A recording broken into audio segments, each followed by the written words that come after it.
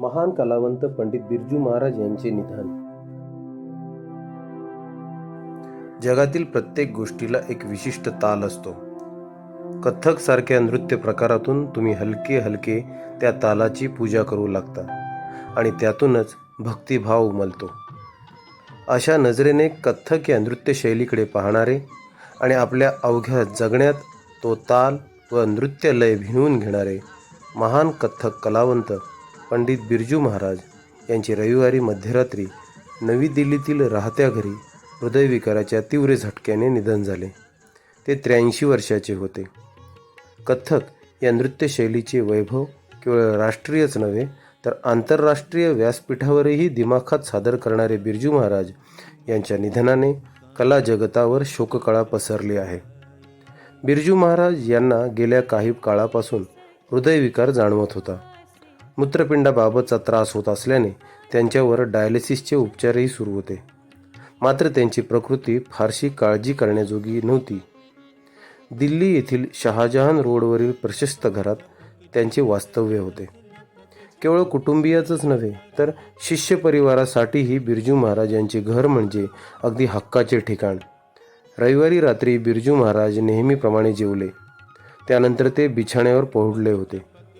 त्यांचे कुटुंबीय व काही शिष्यगण त्यांच्या निकट बसून अंताक्षरी खेळत होते.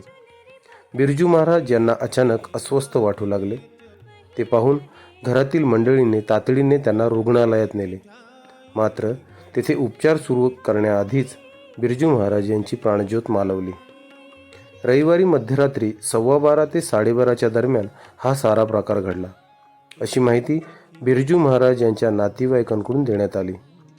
बिरजू महाराज यांच्या पश्चात 2 मुलगे, 3 मुली, त्यांचे कुटुंबीय, 5 नातवंडे असा परिवार आहे. या कुटुंबियासोबतच त्यांचे अगणित शिष्य, त्यांच्या नृत्य निपुणतेवर लुब्ध असणारा मोठा चाहता वर्ग, या सगळ्यांवरच शोककळा पसरली आहे. बिरजू महाराजांचा जन्म लखनौ येथे 4 फेब्रुवारी 1938 रोजी झाला. त्यांचे मूळ नाव बृजमोहन नाथ मिश्रा. त्यांचे वडील अच्छन महाराज हे कथ्थकमधील निपुण कलावंत होते. बिरजू महाराज यांनी कथ्थकच्या गिरक्यांचा ओनामा केला होता तो वडिलांकडेच. कथ्थकमधील दिग्गज शंभू महाराज व लच्छू महाराज हे त्यांचे काका. त्यांच्याकडूनही बिरजू महाराज यांनी नृत्याचे धडे घेतले. अखंड रियाज व शिकत राहणे यातून चापल्य, कौशल्य, सहजता व तंत्रशुद्धता आदीवर त्यांनी विलक्षण प्रभुत्व प्रस्थापित केले. त्यांचे पदचापल्य, पदलालित्य, हस्तमुद्रा, मुद्राभिनय, बोलके होणारे पायातील घुंगरू आणि नृत्याचा एकंदर डौल हा प्रेक्षकांवर अक्षरशः गारुड करीत असे. प्रत्येक वाद्याच्या तालाला तितक्याच ताकदीने नृत्यातून दिला जाणारा कुर्निसात, शब्दाला भावमुद्रा अशा झरझर बदलत की समोरचा प्रेक्षक नजरबंद व्हावा. शब्दातून अर्थ अधिक उलगडतोय की नृत्यातून, हाच जणू प्रश्न पडावा असे मनमोहक नृत्य. कथ्थक नृत्यशैलीला एका वेगळ्याच उंचीवर नेणारे कालका बिंदादीन परंपरेतील पंडित बिरजू महाराज यांनी सोमवारी अखेरचा श्वास घेतला आणि जणू या कथ्थकचा दत्तकारच थांबला. 4 फेब्रुवारी 1938 रोजी सध्याच्या उत्तर प्रदेशातील हंडिया येथे बृजमोहन मिश्र यांचा जन्म झाला. मात्र अवघ्या 6व्या वर्षात त्यांच्या नृत्यातील कौशल्य पाहून बुजुर्गांनी त्यांना प्रेमाने बिरजू म्हणायला सुरुवात केली आणि पुढे त्यांनी कथ्थकमध्ये मिळवलेल्या हुकुमतीमुळेच ते अल्पावधीतच पंडित बिरजू महाराज म्हणून नावारूपाला आले. वडील अच्छन महाराज, काका लच्छू महाराज आणि शंभू महाराज यांच्या तालमीतून तयार झालेल्या महाराजांनी स्वतःची अंगभूत कौशल्य, अपार कष्ट, नवनवे प्रयोग यांची सांगड घालून कथ्थक नृत्य प्रकारात स्वतःची वेगळी नाममुद्रा उमटवली.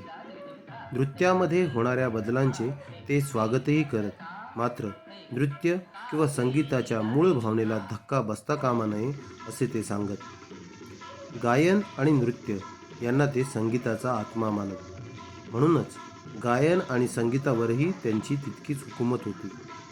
ज्याला संगीत समजलं तो नृत्य रसालाही समजतो.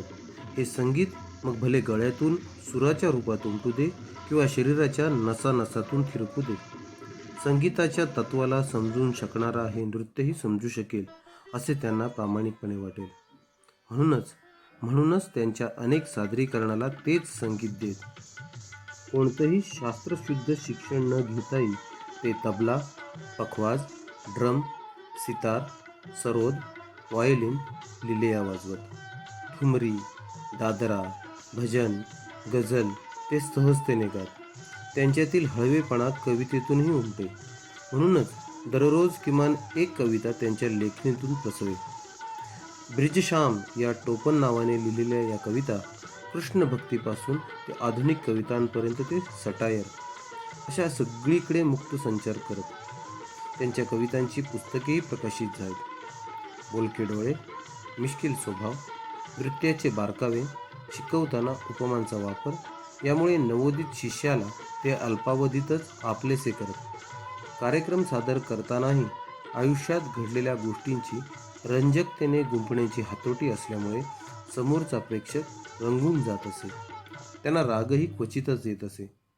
मला कुणावर रागवायचे असेल तर त्यासाठी 1 दिवस आधीपासूनच तयारी करावी लागते असे ते सांगत. कथ्थक हा केवळ चक्कर आणि तत्कार यांचाच नृत्य प्रकार आहे अशी लोकप्रिय धारणा त्यांनी मोडीत काढली असे जाणकार मानतात. कथ्थक ही नृत्यकला जगणारी, या कलेला सौंदर्य देणारी, अनेक शिष्य घडवणारी कथ्थक कलेची देवता आपल्यातून निघून गेली आहे. पंडित बिरजू महाराज यांच्या जाण्याने कला विश्वात पोकळी निर्माण झाली आहे.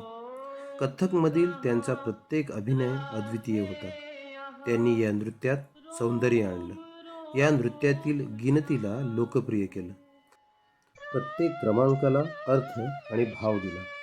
संगीत, ताल, लय, अभिनय आणि हातांच्या अदाकारीत ते महारथी होते.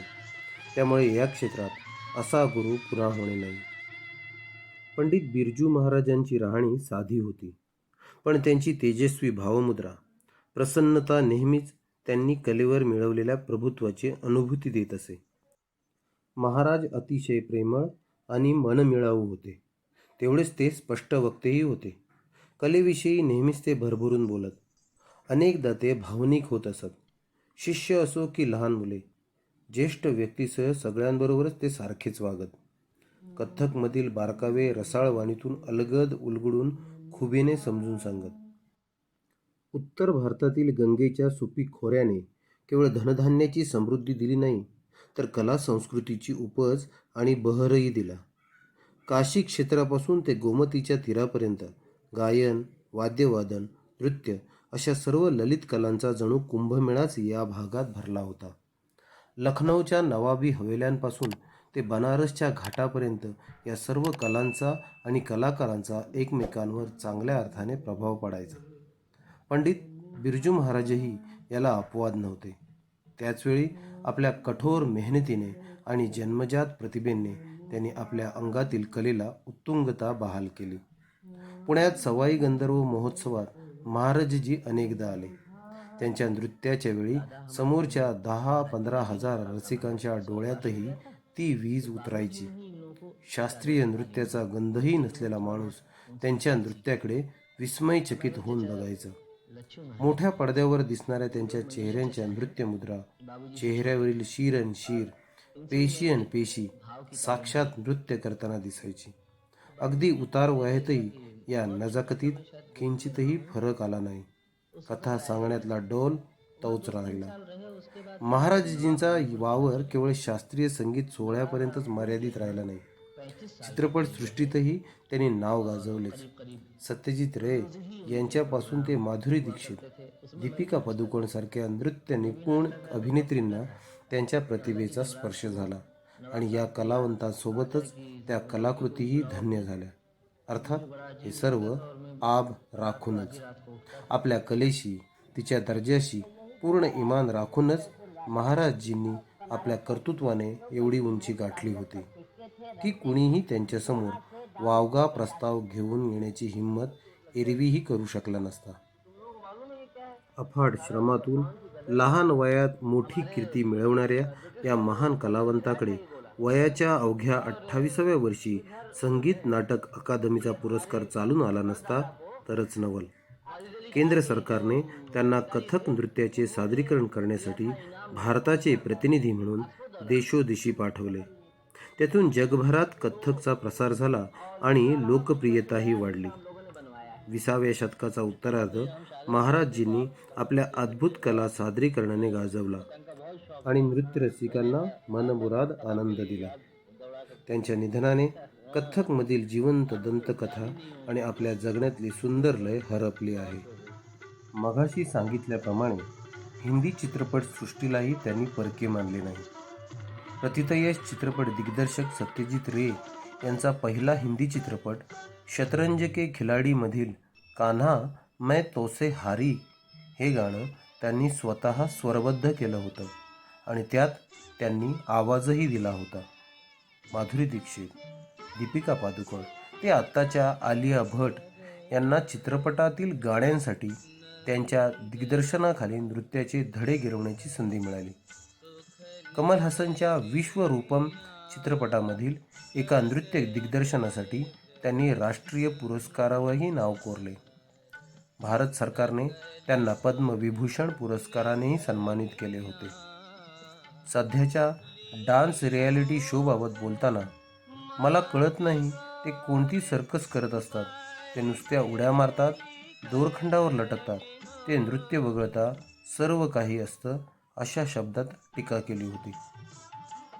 तुम्हाला माहिती आहे, पंडित बिरजू महाराज जवळपास दररोज रात्री एक तरी इंग्रजी चित्रपट पाहत. जॅकी चॅन आणि सिल्व्हस्टर स्टॅलोन त्यांचे आवडते ॲक्शन हिरो. त्यांना पतंग जमवण्याची आवड होती, पण त्यांचा आणखी एक छंद म्हणजे गॅझेट. त्यांना केवळ स्क्रूड्रायव्हरचा एक सेट आणि एक गॅझेट द्यायचं, मग ते तासनतास त्यात रमून जात. मोबाईल असो की टी व्ही सेट, ते त्याचे सगळे भाग वेगळे करत आणि पुन्हा जोडत असत. घरातल्या नादुरुस्त वस्तू दुरुस्त करण्यातही त्यांचा हातखंडा असे. त्यांना 4 व्हीलर गाड्यांची आवड होती. अखेरच्या क्षणापर्यंत सळसळत्या उत्साहात ते वावरले. त्याला अखेरचा क्षण तरी कसा अपवाद असणार. कुटुंब आणि शिष्यांच्या सोबतीने रात्री अंताक्षरी खेळत असतानाच त्यांना हृदयविकाराचा झटका आला.